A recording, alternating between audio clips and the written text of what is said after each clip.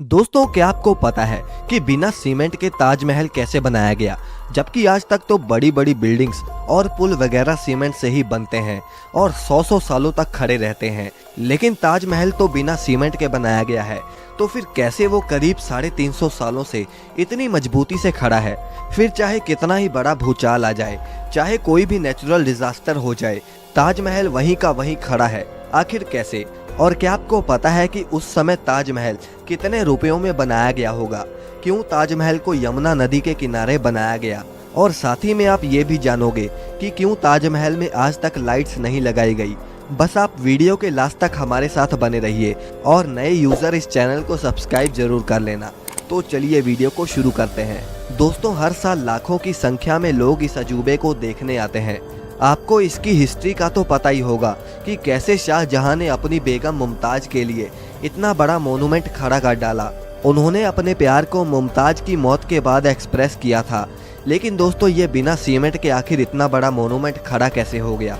जबकि सीमेंट का आविष्कार 1824 में एस्पिरिन नाम के एक इंटेलिजेंट इंसान ने किया था, जो कि इंग्लैंड में रहते थे, और इन्होंने ही दुनिया का सबसे पहला सीमेंट का कंपनी बनाया, जिसका नाम था पोर्टलैंड सीमेंट। और ताजमहल का कंस्ट्रक्शन 1631 में शुरू हुआ और 1648 में जाकर ख़त्म हुआ, लेकिन बिना सीमेंट के ही ये खड़ा हो चुका था, जिसे आज तक एक भी खरोच नहीं आई। दरअसल सीमेंट के इन्वेंशन से पहले आर्किटेक्ट एक खास तरह के पेस्ट का इस्तेमाल करते थे, जिसमें बहुत अजीब अजीब चीज़ें होती थी।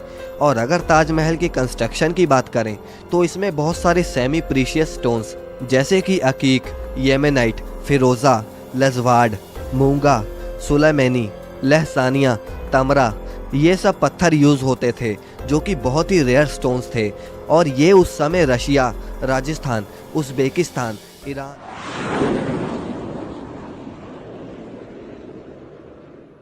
इजराइल, इन सब तरह के दुनिया भर के अलग अलग देशों से मंगाए गए थे।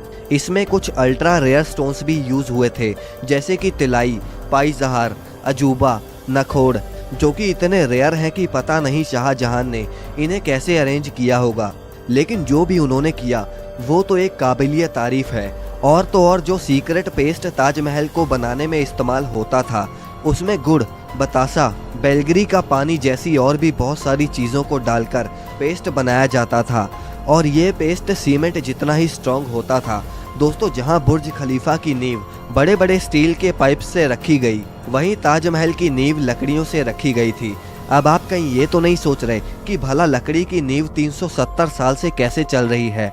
दरअसल इसमें सबसे बड़ा रोल यमुना नदी का है। यमुना सिर्फ ताजमहल को अच्छा व्यू ही नहीं देती, बल्कि अगर यमुना नदी ना रहे तो ताजमहल गिर भी सकता है। इसमें होता यह है कि पहले के इंटेलिजेंट लोगों ने इसमें ऐसी लकड़ी का इस्तेमाल किया जिसमें चाहे जितना भी पानी लगता रहे, वो लकड़ियां और भी स्ट्रॉन्ग होती चली जाएंगी, वरना बाकी लकड़ियां नमी की वजह से खराब हो जाती हैं। और यही वजह है कि ताजमहल के खड़ा रहने में यमुना नदी का बहुत बड़ा हाथ है। और अगर यमुना नदी सूख गई तो ताजमहल भी उसके बिना खड़ा नहीं रह पाएगा। अब दोस्तों, आपने देखा होगा कि ताजमहल के आसपास के चारों मीनार एक दूसरे से परपेंडिकुलर खड़े नहीं हैं। मतलब ये कि वो स्ट्रेट नहीं खड़े हैं और एकुलर खड़े नहीं हैं। मतलब ये कि वो स्ट्रेट नहीं खड़े हैं, और ऐसा भी जानबूझकर किया गया था।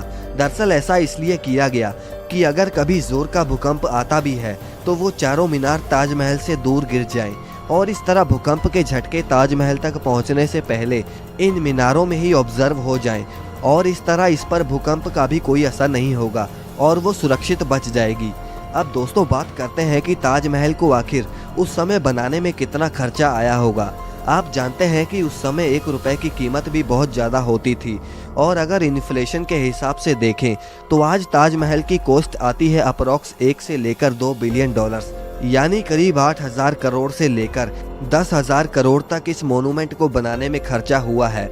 अब दोस्तों, ताजमहल में लाइट क्यों नहीं लगाई गई, क्या आप जानते हैं? दरअसल ताजमहल का सफ़ेद रंग लाइट को सबसे ज़्यादा रिफ्लेक्ट करता है, और इसीलिए अगर रात के समय ताजमहल पर लाइट्स लगा दी गई तो ताजमहल के पत्थर लाइट को रिफ्लेक्ट करेंगे, और साथ ही में ताजमहल भी काफ़ी ज़्यादा चमकेगा, जिससे आसपास के कीड़े मकोड़े उस पर आके चिपकेंगे और ताजमहल के पत्थर को भी नुकसान पहुंचाएंगे।